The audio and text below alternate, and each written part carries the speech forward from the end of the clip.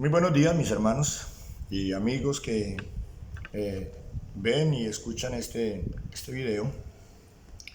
Hoy les invito a que reflexionemos nuevamente en la palabra del Señor y vamos a reflexionar en un pasaje que se encuentra en el Evangelio de Marcos, en el capítulo 5, versículos 35 y 36. Por favor, si tienes su Biblia allí, pues tómela y vamos a leer.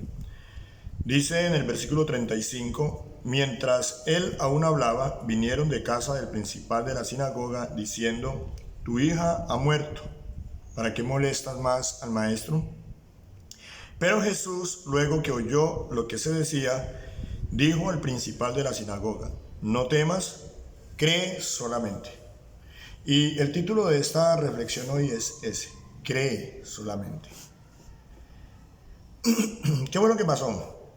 Resulta que cuando leemos nosotros el versículo 21 de este mismo capítulo, dice que Jesús pasó de una barca a la otra orilla y cuando llegó allí al lugar se reunió alrededor de él una gran multitud y vino uno de los principales de la sinagoga llamado Jairo, y entonces le rogó a Jesús que fuera a su casa y impusiera sus manos sobre su hija, porque su hija estaba enferma. Era una niña de 12 años, hija de este hombre Jairo. Y Jairo, de alguna manera, él creía en Jesús, aunque era uno de los principales de la sinagoga. Sin embargo, él creía en Jesús, creía en que Jesús tenía ese poder para sanar, ese poder sobrenatural. Él lo creía, y además, angustiado porque su hija estaba muy enferma, lo buscó y le pidió de que fuera. Entonces Jesús dijo: voy. ¿Sí? Jesús fue, y en ese trayecto, en ese interín de donde estaba a la casa de Jairo, llegó una mujer que tenía flujo de sangre. Ya conocemos esa historia.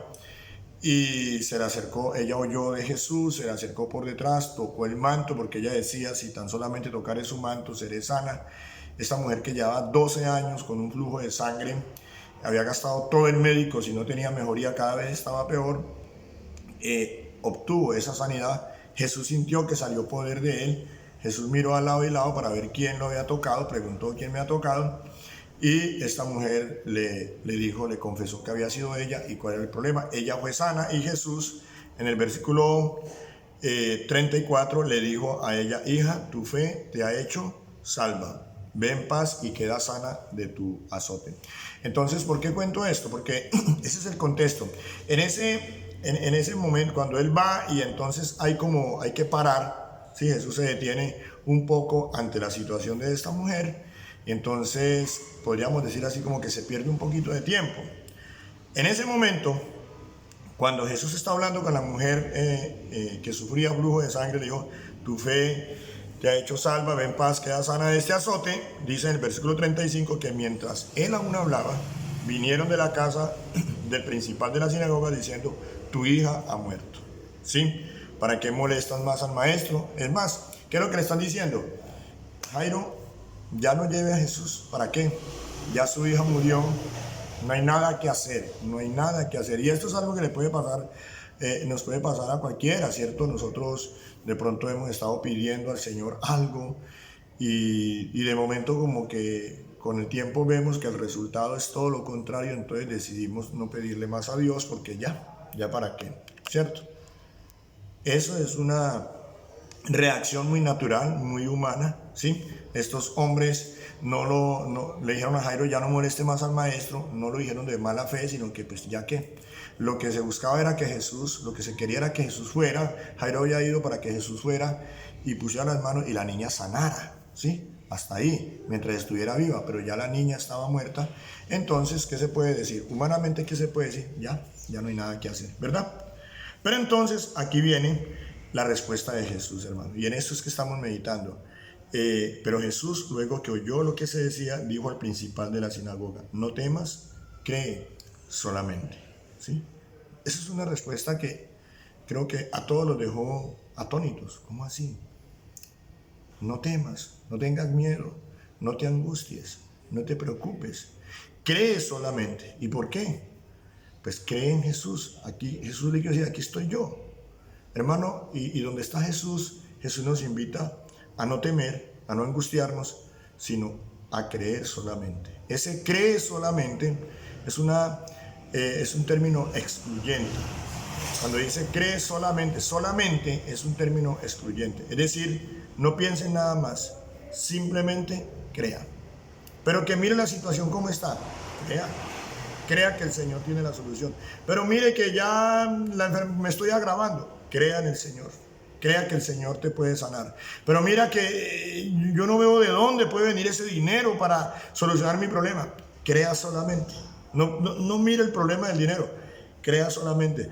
Pero mire que ese hijo mío se está hundiendo en la drogadicción. Cree solamente. Póngalo en las manos del Señor. Bueno, tenemos que recordar esto, que Jairo había ido a buscar al Señor y había puesto su hija en las manos del Señor. Amén. Entonces Jesús le está diciendo, tú me buscaste, ahora ¿qué tienes que hacer? Creer.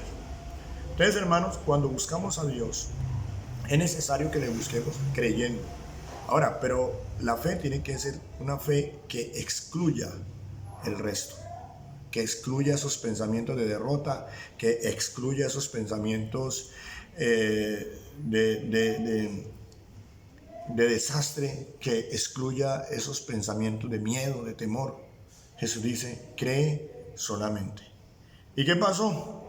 Y entonces Jesús fue allí y llegó a la casa del principal de la sinagoga, dice el versículo 38, vio el alboroto, todo el mundo lloraba, todo el mundo se lamentaba, obvio, se había muerto la niña.